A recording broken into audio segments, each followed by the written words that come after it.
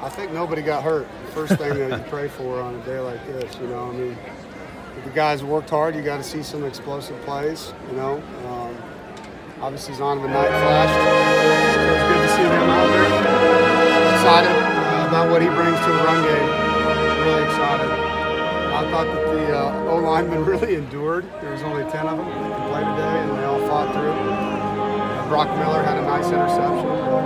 Without watching the film, it's kind of hard to get into too many details. It's fun to see these young players that just got here and get out there and play. Because the only way you can get them ready for games is to play a game-like situation. And this is as close as we can get with the fans. You know, he's just comfortable. I think that's the easiest thing to see.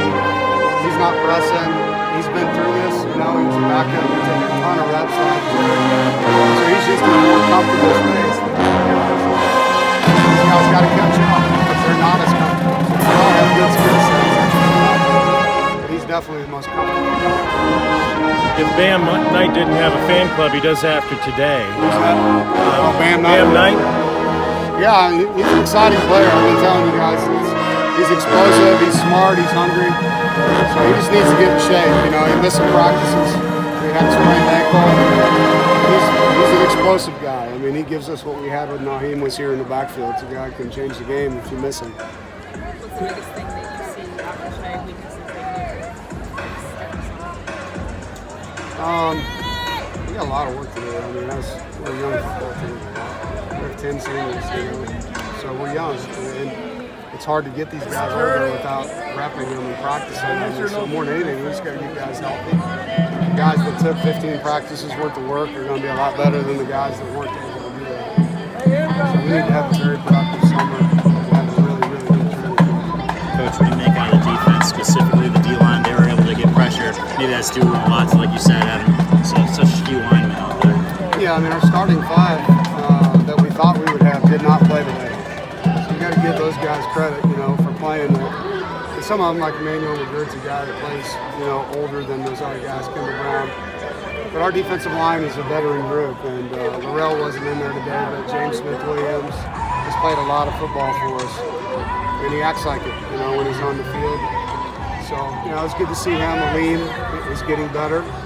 I think Val Martin's probably one of the more improved guys on our defensive line. I'm proud of him. You know, Xavier Elias has just got to get bigger, but he's playing with a really good motor right now.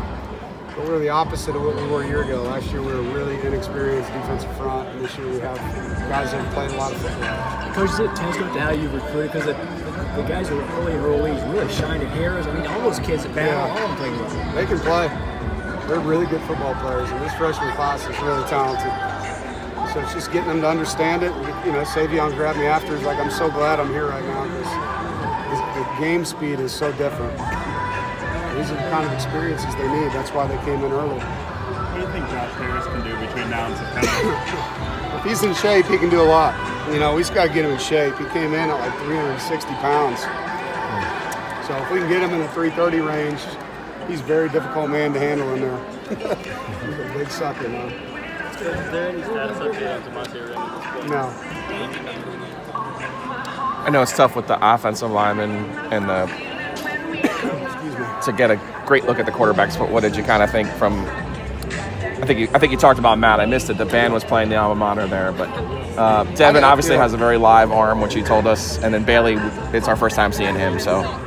Yeah, I just think coming out of it without watching the film, I'll tell you that Matt is the most comfortable guy right now with what's going on. And it shows. I think he's just playing where the game's slower to him. I like all of their skills. I think they all do good things. You know, I think Devin forced some things today that he shouldn't have. And that's why you have games like this, to help him grow. It's something he's got this summer and this fall camp. He's got to have some exponential growth, you know, because you can't just have a great arm and make bad decisions. But I like where these guys are. I like where they're working. And it's kind of like you thought it would be. I mean, Matt is ahead probably because he's played the most.